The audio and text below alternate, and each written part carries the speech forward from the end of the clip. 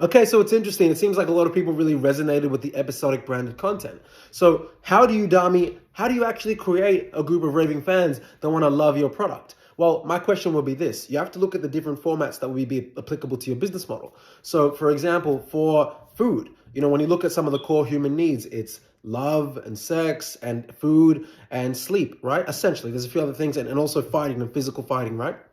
So when you look at the WWE, for example, that's one of the biggest sports franchise and entertainment franchises ever. And they were just recently acquired by WMG, right? And it sold for, I believe, billions, right? Multi-billions. But essentially what you're going to find is that each business model, when it comes to branded episodic content, has their own lean. So for example, again, if we're talking about the core human needs, food, that pairs really well with love. Right? So for example, what do people do on Valentine's Day? Flowers and some chocolates. Let's go watch a movie. Let's go watch a movie, have some popcorn, have some ice cream.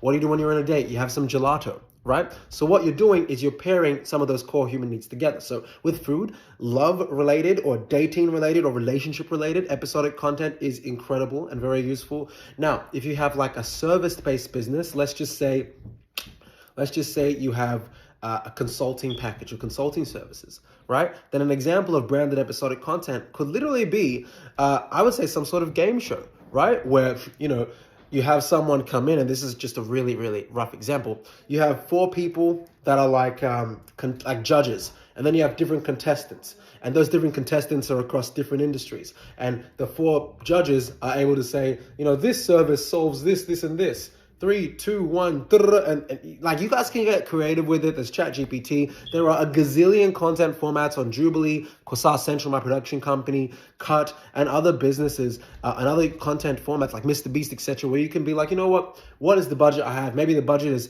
$50K for the quarter to create some episodic content that's going to last years, because the great thing about episodic content is it's like virtual real estate. So once you've created it, it grows, it compounds. There's videos that I created for my production company in September, October of 2022 that now have over 1 million views, and we haven't spent $1 on paid ads, right? So it's evergreen marketing. That's the benefit of it, okay? So that's an example for the services. Now, if you have, let's just say, a health business, like you have maybe a gym business, etc., then you could do speed dating, but not like in the speed dating that you guys think with the Tinder swiping. I'm talking about like, all right, today I'm jogging with Joanne and John. How are you?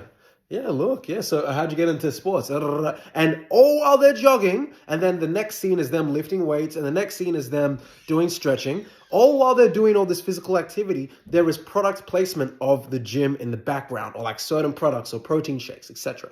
Again, guys, I've just seen so many mega brands that have done like billions and like multi 9 figures do this. And like, I'm fortunate, I was able to get into this game. I started marketing at 19. The agency's been, the production company's been around since 2022, agency's been around since 2019. So I've been able to see the evolution of this. But where a lot of people miss the mark, unfortunately, is that they'll hire a really amazing creative agency or production house to create, content for them, and it's all good and dandy. But respectfully, a lot of the people that own these super established companies that have worked with, these mega conglomerates, a lot of them essentially are in their late 40s, 50s, 60s, late 30s, which is all fine. But I'm 24, I'm 25 in about a week and a half, 2 weeks. So my benefit is I'm a Gen Z who's also not too far from Gen Alpha and only 3-4 years away from could have been a millennial if I was born 4 or 5 years earlier.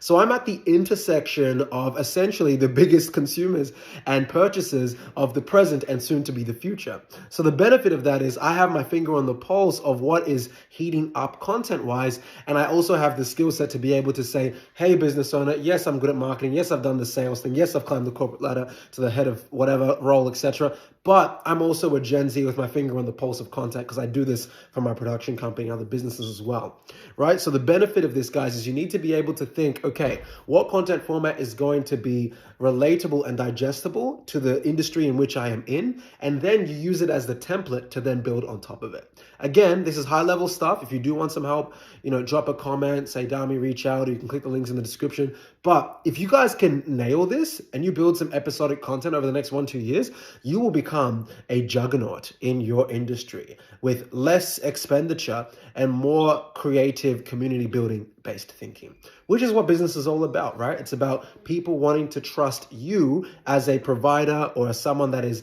the brand to be able to deliver a product or service that is essentially commoditizable. But what is not commoditizable is the brand story. And if it's demonstrated through branded episodic content, mega community galore, you're going to build a massive brand and, maybe you'll hit 1 billion views.